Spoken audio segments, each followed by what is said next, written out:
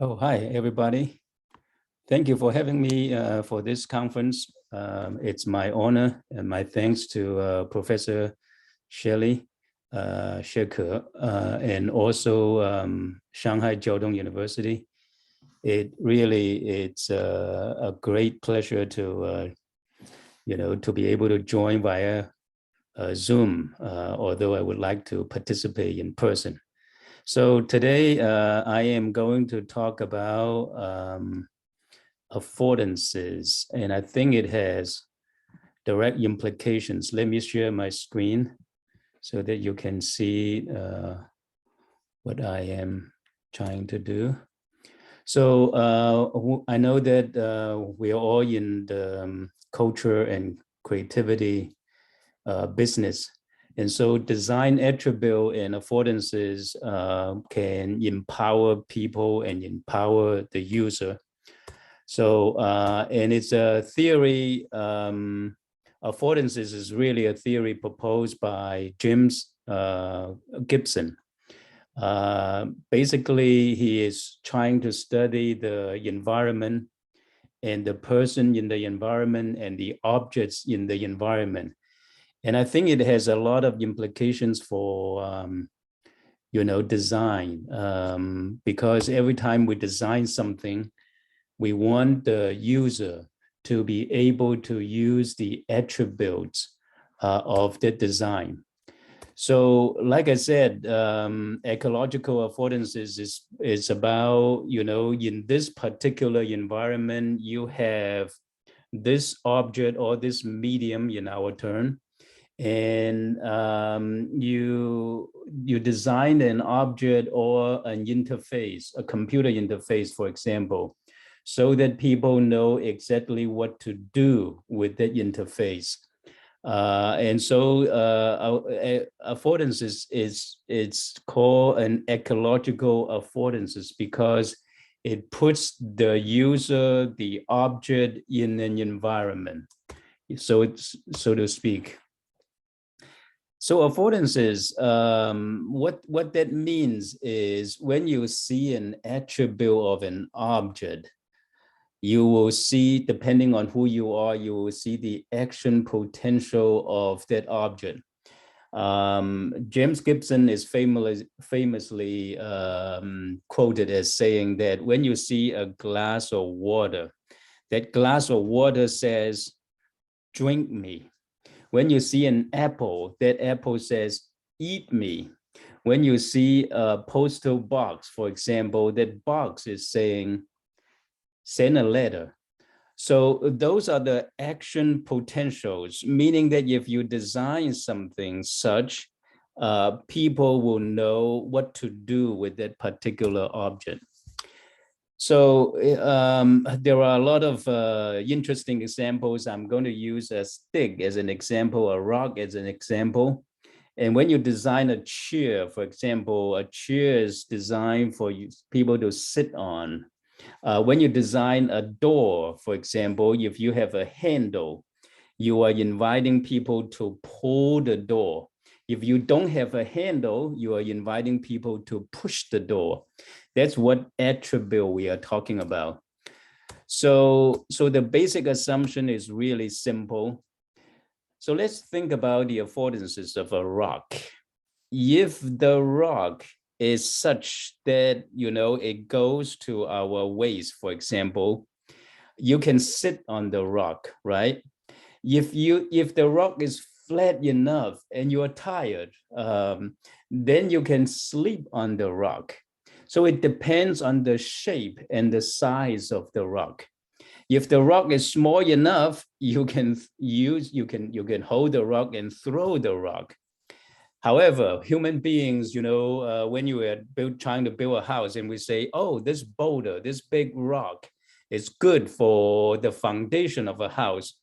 So that rock can be used as, part of the house there. What that means is, first of all, it depends on how the rock looks. Is it a small enough rock? Is it a big enough rock? Is it a flat enough rock? Those are the attributes of the rock, right? And what can you do with it? So you can sit on it, you can sleep on it, you can throw it. Those depends on the perceiver, the person who is looking at the rock and see what can we do with the rock. The other example I would like to use is a stick, right? When a stick in a tree, for example, the bird sees the stick and they say, oh, this is a perfect place to build a nest. And it is because the stick is such that it holds something for you. However, humans, if they are in a bad mood, they are angry with one another, and they say, I'm going to fight you. The stick, if it's long enough, if it's big enough, it can be used as a weapon there. On the other hand, if you are somebody who needs assistance in walking, you may use the stick as a walking stick, right? Just like the person. So it depends on how big it is, how tall it is, meaning that the action potential of a particular object really depends on the attribute of that project and the person who is seeing the attribute. So, James Gibson's idea is being used by a lot of people in design, in particular, Don Norman. He wrote the book, The Design of Everyday Things, otherwise known as The Psychology of Everyday Things. And he has been quoted for many times there. So Don Norman is of the concept that if you design a door handle, for example, if you design a button, the button invites pushing, right? If you design a switch for the light, for example, it invites people to flip the switch. If you design a doorknob, or any knob, like a radio knob, you are inviting people to rotate the knob. And if you have a light bulb on the interface, you are asking people for, feedback. So design, whenever you design something, there are attributes in the design that invites you to do something. And it depends on the goals of the design, the intentions of the design. And so it will give people a way to know what are the action potentials. It allows people to look at it and say, oh, this is for a particular use. That's the perception part. And you evaluate it based on whether you can actually do it, what is your efficacy, and so on. So on the one hand, you have the object. On the other hand, you have the person living in the environment. So to translate it into our own kind of research, my own kind of research, I use affordances to look at medium attributes, for example, in newspaper versus in television versus in digital format. What are some of the attributes that allows people to think about a particular object that affords you to do something? And so affordances depend on three separate things. One is the physical attribute of, in this case, a medium. And the second thing is dependent on the perceiver, who is looking at it. Just like we said, a child looking at it versus an adult looking at it is going to be different. And then the transitional result, meaning that, after repeated use, what are the perceived action potential of that particular object? That's what affordances really means there. So I am in the media communication business, and so my thinking about affordances is mainly on media. If you are in design, in creativity, it's probably more for applicable, use in real life there. So my thinking about affordances is that, whenever we think about a particular medium, we know that each medium has some kind of appeals. For example, we always say that print, when you're picking up a newspaper, for example, or a book in the print medium, you are very attentive. So it appeals to our intellect. You know, the medium itself requires you to be quiet, to absorb the information, to take in the information. On the other hand, television as a medium, it's very hard to describe, abstract concepts. So, but anytime, when you're watching a game, when you're watching a show, anytime there is a lot of arousal, a lot of excitement, a lot of emotion, it's good television. Somebody crying, somebody laughing, that's good television. So we say TV appeals to our heart. That is the idea behind medium affordances. So in two of the recent studies that we do, we look at newspaper readers and how they perceive print affordances. And we also look at digital news users and how they look at print affordances. And we did some in-depth interviews, and we found out that, in terms of physical affordances, for example, we categorize the affordances into three parts, what to correspond to the three major components that I just talked about.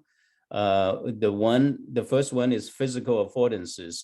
So in terms of print for newspapers and books, for example, it's very easy to find their way. Like if I want to read something about sports, I can quickly go to the sports page of a newspaper. Also, people like the feeling of holding the book or holding the newspaper. That's what we call materiality. Okay, that is another affordances that digital does not have. But when people are holding something, they like that feeling. Retrievability is the idea that you can quickly go to a particular place and find the information, the story that you want. And then there are relational affordances like genre. Genre is the idea that this is politics, this is news, this is opinion, this is sports, this is the opinion column, and so on. So in newspaper, it's very, very clear because it's clearly labeled, versus in digital, that's not the case there. Browsability, serendipity, and so on. I'm not going to go into detail, but just to show you, how I use the concept and you study media affordances. And in terms of perceived affordances, for example, when you read the front page of a newspaper, because of the bold headlines, because of the location of that particular story, you immediately perceive the story to be important. If it's on the front page, at the top of the page, it's the most important story, right? So it gives you that feeling, that idea of importance. One of the particular thing people mention about print is that you feel a sense of closure, meaning that after you finish reading the newspaper and you close the newspaper, there is a sense of completeness.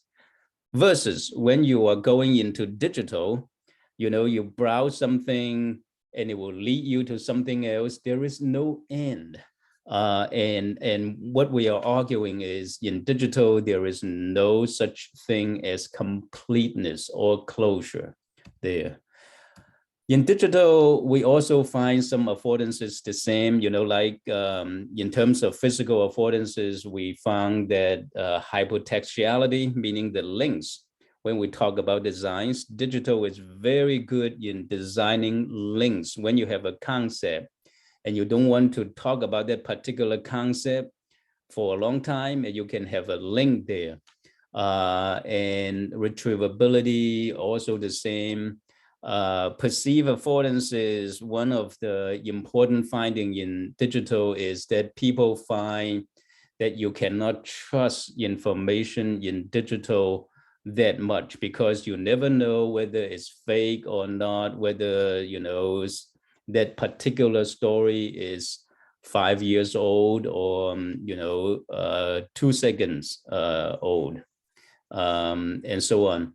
So, and in terms of relational affordances, people find digital to be really good in, say, adaptability, meaning that when you are reading a digital news story and you don't like the small fonts, you can always enlarge the fonts. You can always change the format and for your own consumption.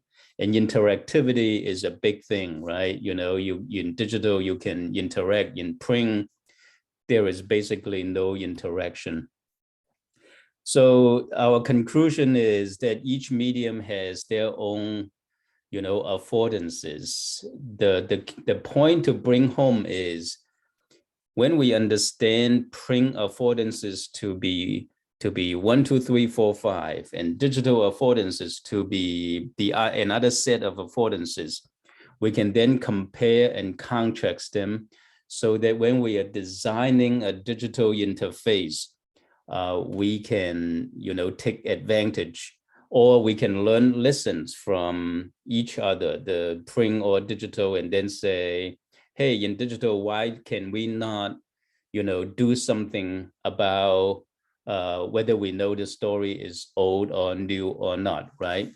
So along that line, yeah, the British newspaper, The Guardian, is now putting a time-stamp on something that is really old. You know, if it's 2 years old, they will say story published in 2019, for example. So that's something that we can compare and contrast. And that is just one study that I mentioned, but I want to bring you to the concept of affordances. I think it's truly important in terms of